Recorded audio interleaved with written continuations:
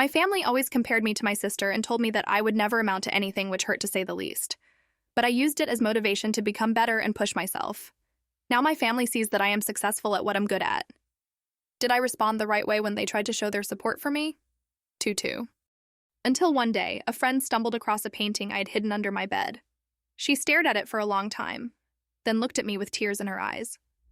"Why aren't you showing these to people? This is real." I laughed it off, embarrassed, but she wouldn't let it go. She pushed, pulled, begged, until finally I submitted a few pieces to a small local show. My hands shook the whole time. I told myself no one would even stop to look. But they did. Strangers stood in front of my pain and told me they felt less alone because of it. They told me I had put into color what they couldn't put into words.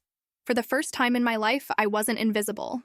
That show led to another, then another. And then, galleries started calling me.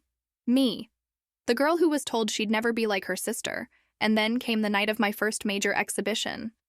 The lights were bright, brighter than any recital stage I'd sat through for her. The crowd filled the room. My name was on the wall. My paintings hung tall, alive with everything I once had to hide. And of course, they came, my parents. Smiling, dressed like royalty, telling anyone within earshot, "That's our daughter. We always knew she had it in her." I wanted to laugh. I wanted to say, "No, you didn't. You never saw me. You never looked." But instead, I just smiled politely. Because for once, I didn't need their validation. I didn't need them to rewrite history. The applause was mine this time. The whispers in the room weren't about medals or trophies. They were about me, my work, my vision, and my sister. She stood there quietly, her medals meaning nothing against the weight of my canvases. For once, she was in the background. For once, I wasn't the shadow. I realized something that night. Applause fades. Roses wilt, but paint lasts.